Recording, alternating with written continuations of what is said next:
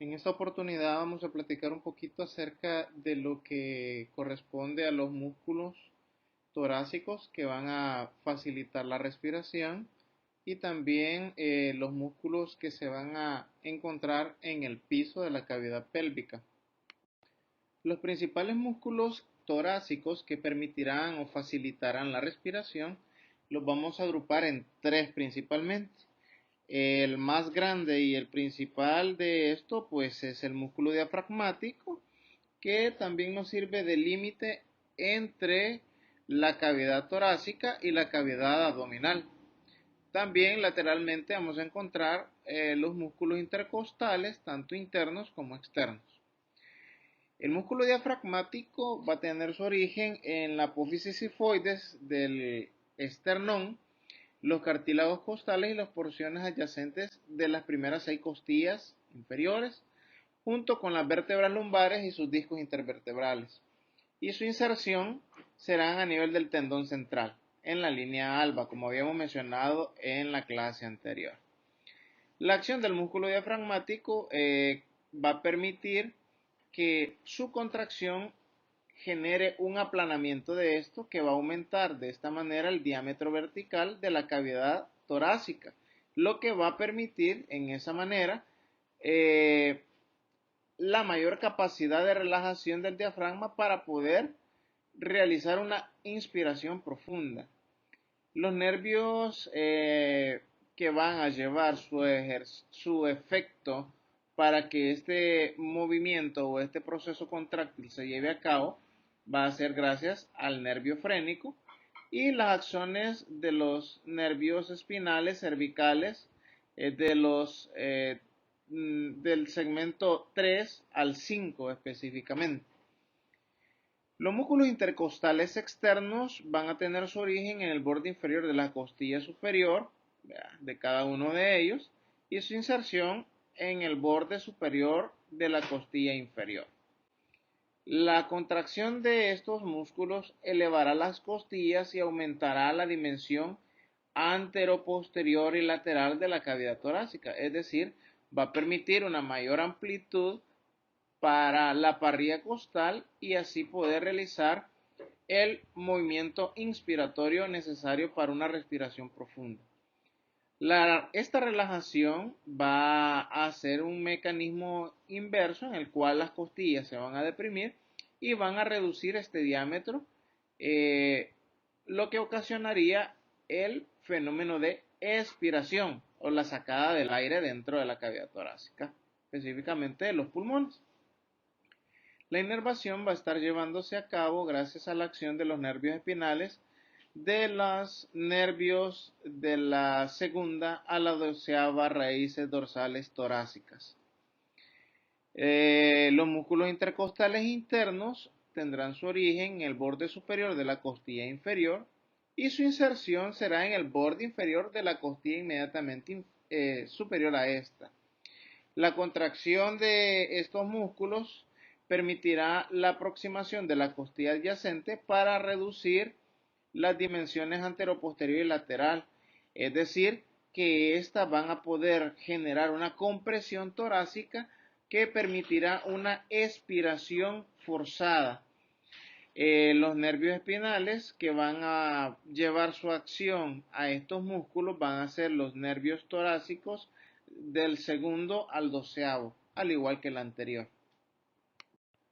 En esta lámina podemos observar los músculos intercostales posicionados en los espacios intercostales respectivamente, que son esos espacios que quedan entre las costillas, lo que va a permitir que estén dispuestos en 3 capas. Los 11 pares de músculos intercostales externos ocupan básicamente la capa superficial y sus fibras transcurren de manera oblicua hacia la parte inferior y adelante de las costillas superiores hasta las costillas inferiores. Van a permitir la elevación de estas durante la inspiración para ayudar a expandir la cavidad torácica, como lo dijimos anteriormente, en su diámetro antero-posterior y lateral. Los 11 pares de los músculos intercostales intervienen también en los procesos expiratorios del fenómeno de la respiración. Los músculos intercostales internos ocuparán la capa intermedia de estos espacios y sus fibras transcurrirán perpendicularmente a los intercostales externos, en una dirección oblicua inferior y posterior desde el borde inferior de la costilla superior al borde superior de la costilla inferior. Esto va a permitir que este diámetro se aproxime durante la expiración. Podemos observar también en esta lámina cómo se encuentra posicionado el músculo pectoral menor, que se encuentra seccionado para poder identificar los músculos intercostales internos que discurren de manera paralela y los músculos intercostales externos que discurren de manera oblicua, pero estos posicionándose en sus fibras de los bordes inmediatamente superior e inferior respectivamente. Vemos también en la pared lateral cómo el oblicuo externo se encuentra seccionado para poder identificar los espacios intercostales que se están discurriendo con los músculos intercostales, en este caso externos. Vemos también un fragmento o una porción del recto abdominal que ya lo vimos en la clase anterior. Vemos el músculo transverso abdominal y su aponeurosis, y también podemos observar en la pared anterior del abdomen lo que va a ser la línea alba o línea blanca, que va a discurrir de lo que es la apéndice sifoide hasta lo que es la sínfisis del pubis.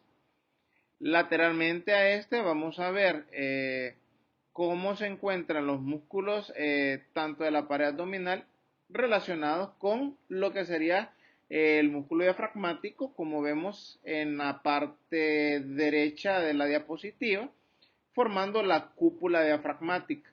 Vemos cómo este músculo es de gran volumen y se encuentra formando parte de la línea divisoria, o mejor dicho, formando la división de estas dos cavidades. Vemos cómo al lado derecho también, cómo están discurriéndose las fibras intercostales internas de manera paralela hacia las costillas inmediatamente inferiores.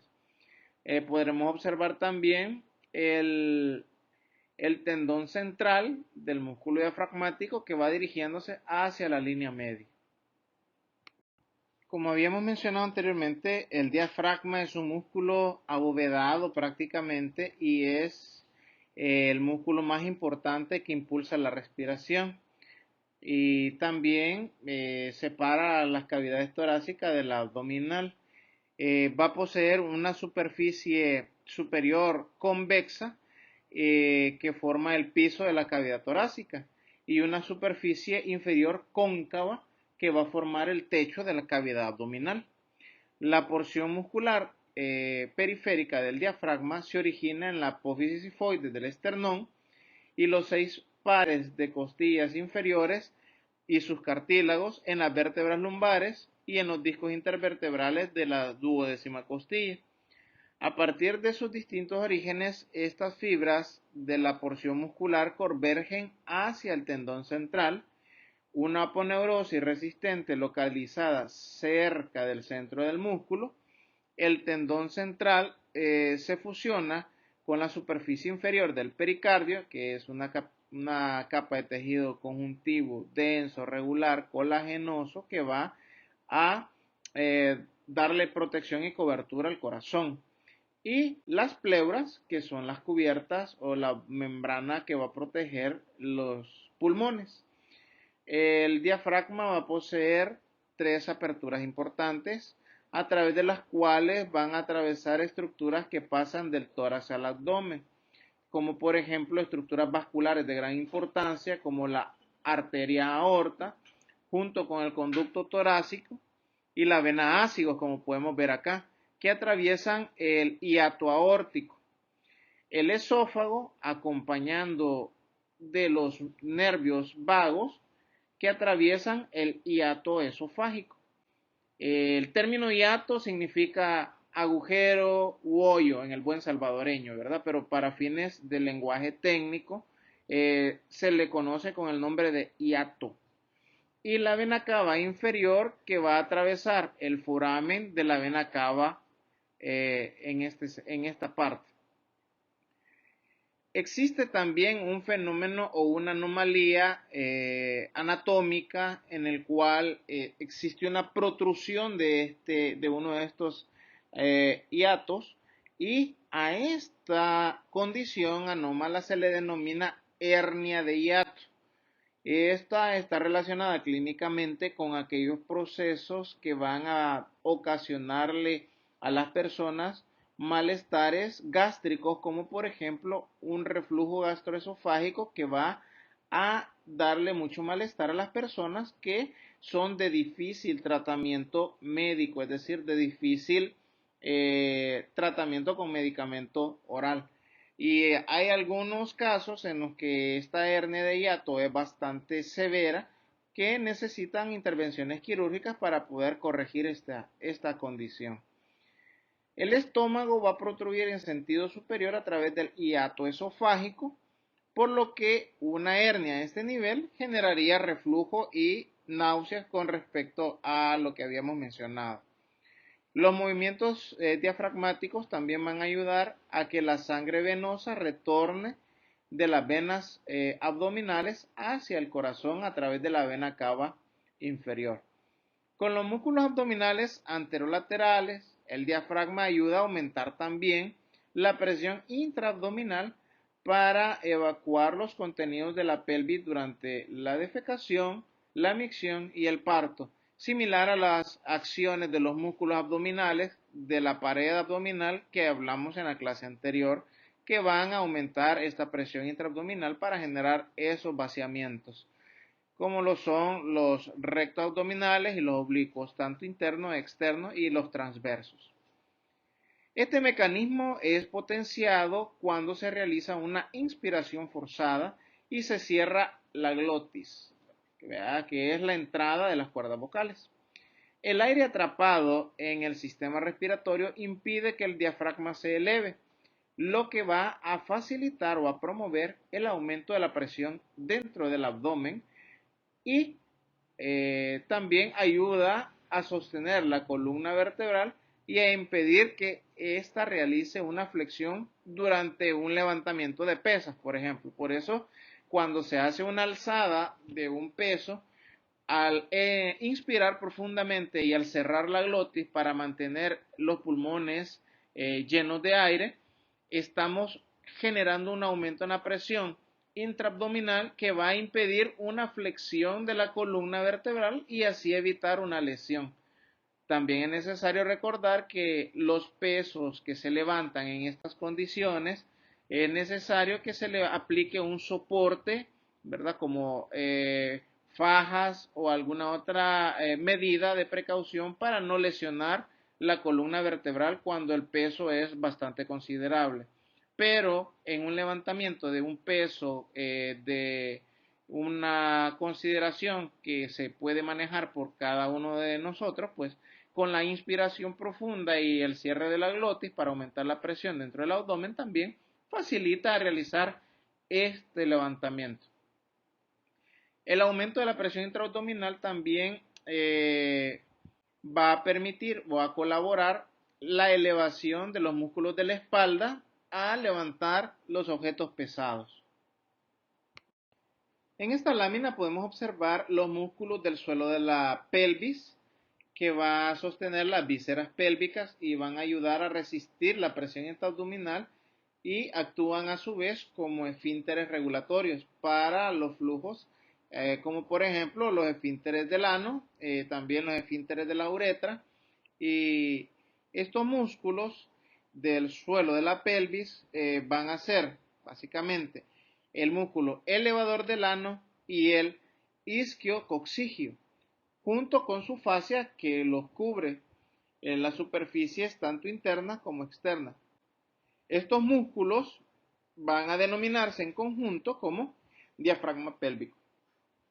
Entonces, Para fines teóricos, si yo les preguntase en el parcial cuáles son los músculos del diafragma pélvico, ustedes únicamente van a colocar el músculo elevador del ano, el isquiococcigio. Esos son los dos músculos principales que van a formar el diafragma pélvico.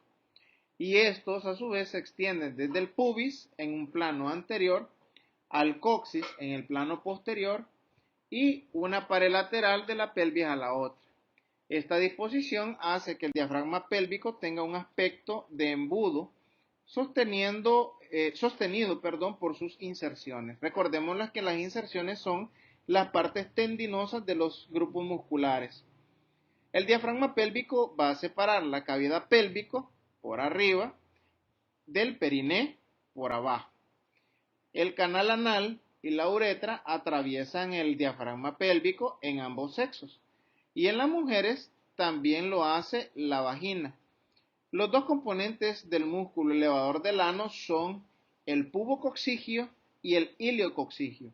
No debemos confundirlos, ¿verdad? Dijimos que el diafragma pélvico únicamente estará formado por el elevador del ano y el isquiococcigio. Ahora bien, lo que es el elevador del ano va a tener la conjunción, o mejor dicho, constitución de los músculos pubococcigio e iliococcigio, como se muestran en esta lámina, y vemos cómo sus fibras circunscritas van formando prácticamente alrededor de lo que sería el esfínter externo del ano. Esto se muestra más que todo, esta diapositiva muestra el piso pélvico de una mujer, como podemos observar acá. Vemos también en la parte anterior del piso pélvico lo que sería en sentido antero-posterior. Vemos lo que es el clítoris, lo que sería el orificio uretral. Vemos también el músculo compresor de la uretra en forma circular de esta.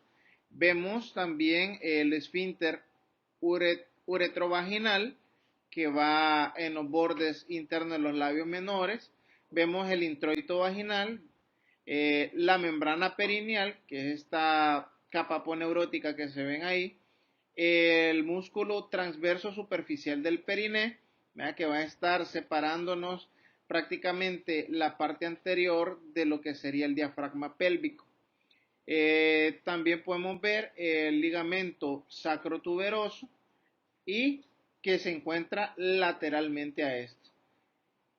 Y de ahí vemos los otros músculos que van a formar parte del piso, como es el elevador del ano y el músculo isquiococcigio. Recordando siempre que el elevador del ano va a estar constituido por el pubococcigio y el iliococcigio, que están circunscritos en forma anteroposterior a lo que sería el ano. En esta lámina se va a ilustrar básicamente el piso pélvico de los varones. Vemos también cómo está la distribución de lo que es el elevador del ano, que es el más importante del suelo de la pelvis. Va a sostener las vísceras pélvicas, va a acompañar al aumento de la presión intraabdominal durante las acciones de expiración forzada, la tos, la micción, la defecación. Asimismo, este músculo funciona como un esfínter en la unión anorrectal, la uretra y la vagina. Además, ayudan al elevador del ano, al isquiococcigio, traccionándolo hacia lo que es el coxis en sentido anterior y luego así empujarlo hacia atrás durante la defecación o durante el parto. Vemos cómo se encuentra parte de lo que sería la base del pene, en lo que sería el músculo isquiocavernoso, el bulbo esponjoso, la rama isquiopúbica, la membrana perineal. Vemos también la disposición del músculo transverso superficial del perine, que nos va a servir como un punto de referencia para determinar la porción anterior y posterior de lo que sería el piso pélvico. Vemos el ligamento anococcigio que se encuentra posterior, los ligamentos sacrotuberosos que van a estar básicamente dándole mayor resistencia junto con el ligamento sacroespinoso que se encuentran en las cercanías de lo que sería la parte anal, en esta zona donde se inserta con las tuberosidades isquiáticas del piso pélvico en el varón y también en la mujer. Si ahí la única diferencia van a ser las estructuras que vamos a encontrar en la porción anterior del periné, como sería la parte de los órganos genitales externos.